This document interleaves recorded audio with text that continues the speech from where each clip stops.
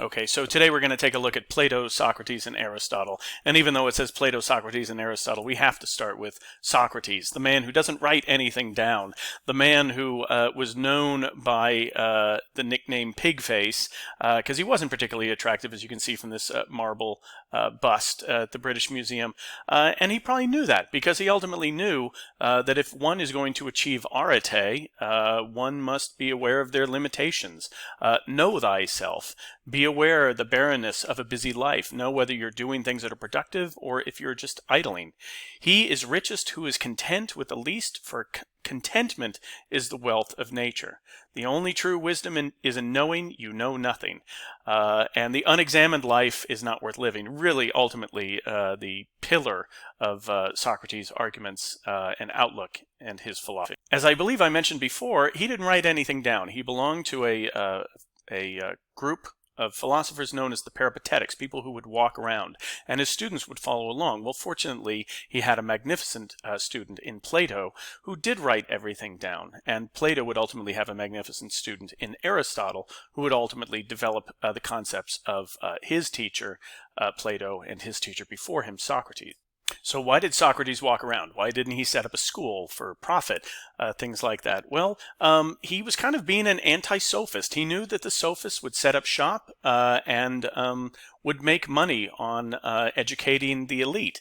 And he felt like that wasn't the key to greatness, arete, and to a great city-state ultimately. So he refused to take money from his students and ultimately lived in poverty. And when it was ultimately determined that he was a threat to the Athenian society for corrupting the young, because many people felt threatened, he was really an iconoclast, somebody turning against the system, because sophism was wildly popular, especially among the elite.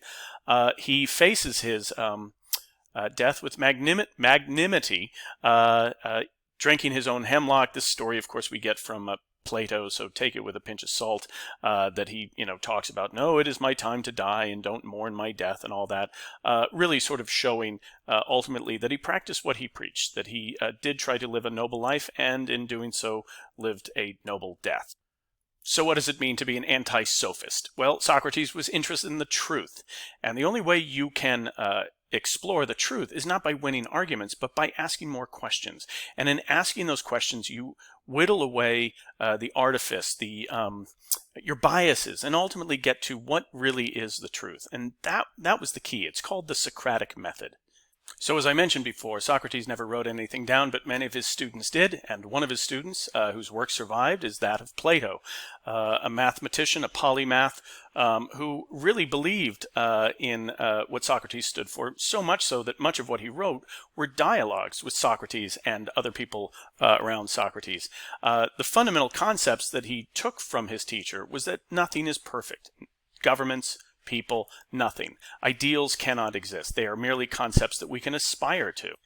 And though we attribute many of these great quotes that I showed you before of Socrates, there are many great quotes of Plato's, of course, similar to what Socrates said. The greatest wealth is to live content with little.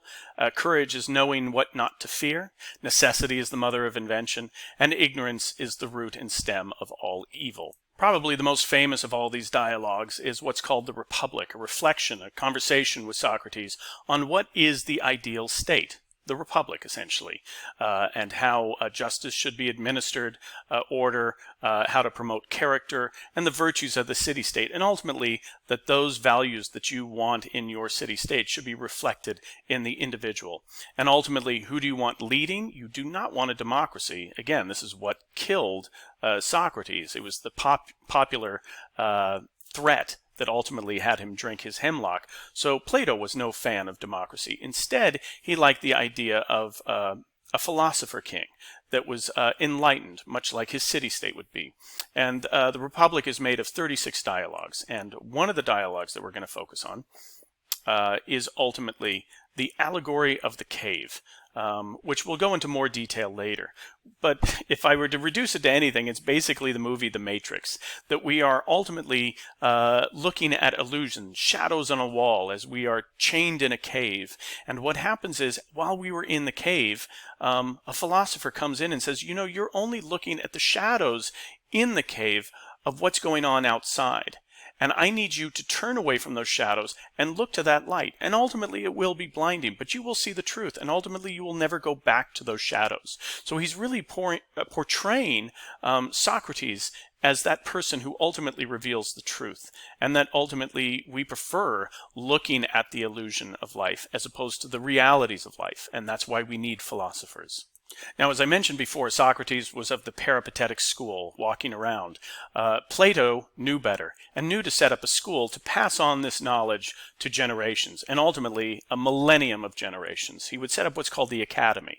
And this school, which was really a place for safe discussion, not being afraid of saying something, questioning authority, questioning what many people accept to be the truth, a safe place for discourse. And this would exist until, as I said, 1,000 years, when it's ultimately undone by the Byzantine king Justinian.